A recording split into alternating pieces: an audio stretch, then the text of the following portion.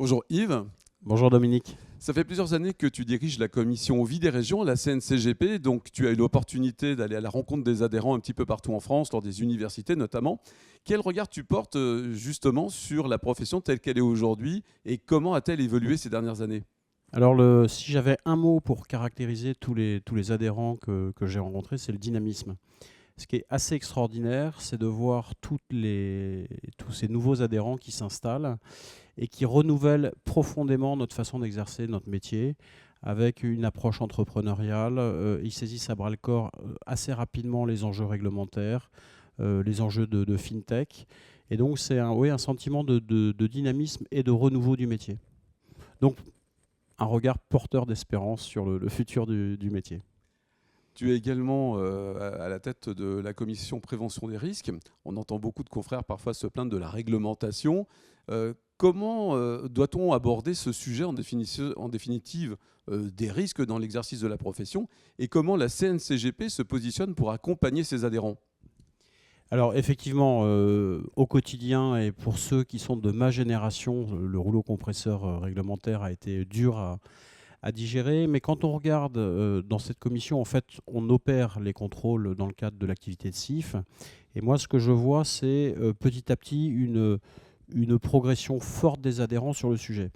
Parce qu'on a un système de scoring et on s'aperçoit que le quorum des adhérents fait attention et applique tous les outils que la Chambre met à disposition des adhérents. La fragilité dans la réglementation, c'est qu'elle est en permanente mutation.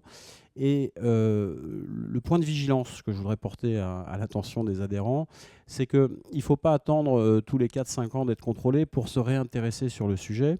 Alors la formation continue nous oblige, mais dans l'absolu, il faudrait quasiment tous les 6 mois prendre le temps de dire est-ce que ce que je mets en œuvre est absolument à niveau par rapport aux évolutions qui ont eu lieu entre-temps. Voilà. Lorsqu'on parle de risques, on parle des risques dans l'exercice de la profession, mais on le voit ces dernières années avec la concentration, avec l'arrivée de consolidateurs, on voit qu'il y a un grand appétit pour ce secteur d'activité.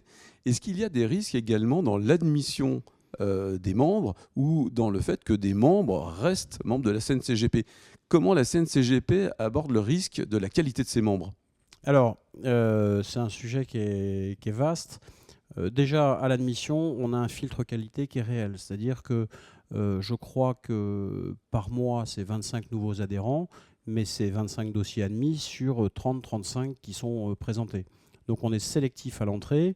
La deuxième clé de vigilance, c'est bien sûr l'obligation de formation sur laquelle la Chambre est présente et rappelle aux adhérents leurs engagements de formation. Idem au niveau du contrôle. Donc tout au long du parcours, on a quand même des balises, des repères. On favorise énormément d'événements. Il y a plus de 60 événements organisés à travers la France qui sont des lieux de contact, d'échange. Il y aura toujours des personnes qui seront dans un coin, mais on n'est pas tout seul. Il y a aussi le régulateur qui veille. Non, le métier s'est professionnalisé, le niveau des adhérents de la Chambre s'est élevé, et c'est plutôt une bonne chose. Voilà. Est-ce qu'on peut dire aujourd'hui que de se prévaloir de l'adhésion à la CNCGP, c'est un gage de qualité pour un client? Alors, pour moi, c'est une évidence, et c'est, j'allais dire, toute l'ambition que porte la future liste que je représente pour la prochaine élection. La Chambre, pour nous, est un gage de qualité parce que tout est mis en œuvre pour qu'un CGP dans son activité adopte des bonnes pratiques, de l'entrée et tout au long de la vie de son activité. Le 12 juin, ce sera le Midsommar, les élections auront lieu. C'est pas un secret de dire qu'il y a une liste aujourd'hui. Oui. L'occasion, Yves, de dire que tu la conduis. Et c'est l'occasion pour moi de te remercier de cet engagement pour la profession. Comment abordes-tu cette présidence et d'après toi, quels vont être les grands chantiers des temps qui viennent? Alors, il n'y a qu'une liste, il n'y aura pas de révolution.